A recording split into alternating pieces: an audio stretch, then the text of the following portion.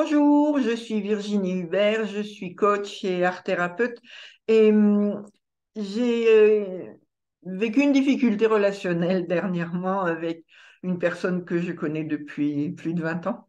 Et elle m'a donné l'idée de faire cette vidéo parce qu'elle m'a fait une réflexion que que j'ai eu du mal à comprendre. Et bon, voilà, c'est possible et c'est comme ça. Mais du coup, voilà l'idée de cette vidéo. Et donc, je vais appeler cette personne Christelle pour préserver l'anonymat, bien sûr.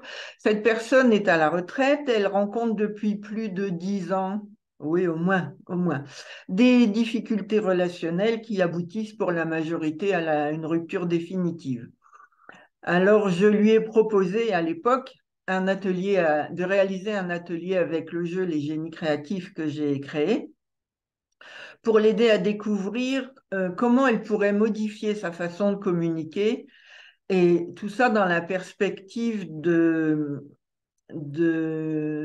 d'assainir ses relations et de les rendre plus pérennes. Alors, elle a eu une réaction assez vive. Elle m'a opposé un refus total. À son âge, elle n'allait pas s'abaisser à jouer avec des fées et des lutins. C'était sûrement très efficace pour les enfants. Elle se sentait bien au-dessus de tout ça. Et elle m'a même conseillé, elle m'a dit que je m'étais trompée et qu'il fallait que j'oriente ce jeu pour les enfants, que je modifie la cible des utilisateurs du jeu. Voilà. Bon, c'est pas du tout le but de modifier les utilisateurs du jeu, puisque ce jeu, il est fait pour que les adultes commencent, développent l'utilisation de l'hémisphère droit de leur cerveau pour résoudre leurs difficultés. Voilà, donc elle n'y était pas du tout. Et n'empêche que moi, je voyais bien qu'avec un seul atelier avec les génies créatifs, elle aurait découvert ce qu'elle pouvait améliorer, ce qui était juste à sa portée. Voilà, c'est pas compliqué. Et en le mettant en pratique, elle se serait libérée rapidement des schémas toxiques qu'elle utilise et qui l'empêchent d'entretenir des relations saines et pérennes avec ces relations. Et, et donc, 10 ans après, parce que je lui ai proposé ça il y a un peu plus d'une dizaine d'années, 10 ans après, elle en est toujours à générer des embrouilles dans ses relations, embrouilles qui mènent invariablement à des ruptures relationnelles définitives. Donc voilà, c'est une vraie pollution chez elle.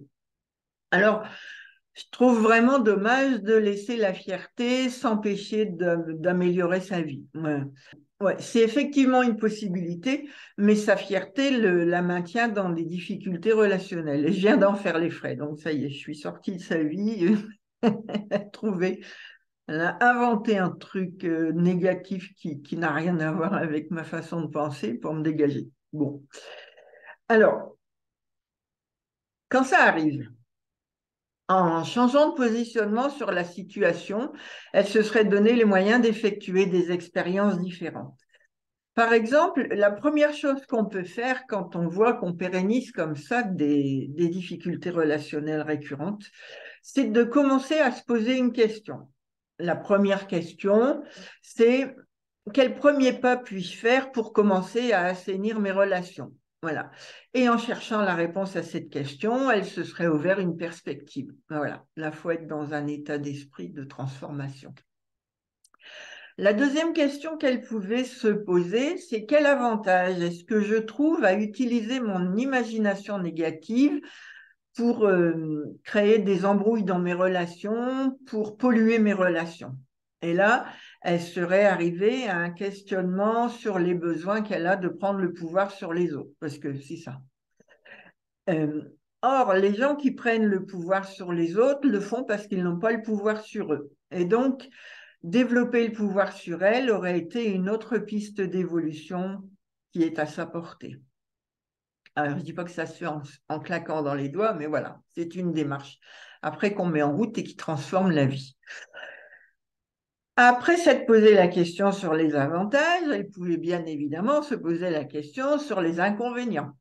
Quels sont les inconvénients que j'ai à créer des embrouilles au sein de mes relations? Et là, elle aurait découvert que les inconvénients lui coûtaient cher au niveau relationnel, puisqu'à chaque fois, les embrouilles qu'elle crée se terminent en rupture relationnelle définitive. Donc voilà, elle aurait vu la liste des inconvénients être assez conséquente. Et enfin, elle pourrait encore se poser cette question, et je pense que c'est la plus riche. Quelle est l'émotion que je ressens qui déclenche en moi le fait de générer des embrouilles relationnelles avec telle ou telle personne? Et par cette simple question, elle aurait eu l'occasion de débusquer une croyance ou un sentiment qui la pénalise depuis longtemps. Elle aurait ainsi cherché des pistes pour y remédier. Voilà, parce que quand on sait où chercher, bah, c'est tout de suite plus facile. Et il est fréquent que derrière cette question, on découvre de la colère, donc une difficulté qu'elle a à s'affirmer, à prendre sa place. Ça peut être aussi de la peur. Et en creusant un peu, souvent on arrive à un manque d'estime de soi, à de la vulnérabilité ou parfois même à de la jalousie. Après, il faut regarder si elle va générer plutôt des embrouilles avec des femmes. Donc, ça peut être de la jalousie auprès de femmes qui peuvent être dans l'univers de son couple, ou alors avec des hommes, et voilà. Donc, il y a toute une réflexion à mener.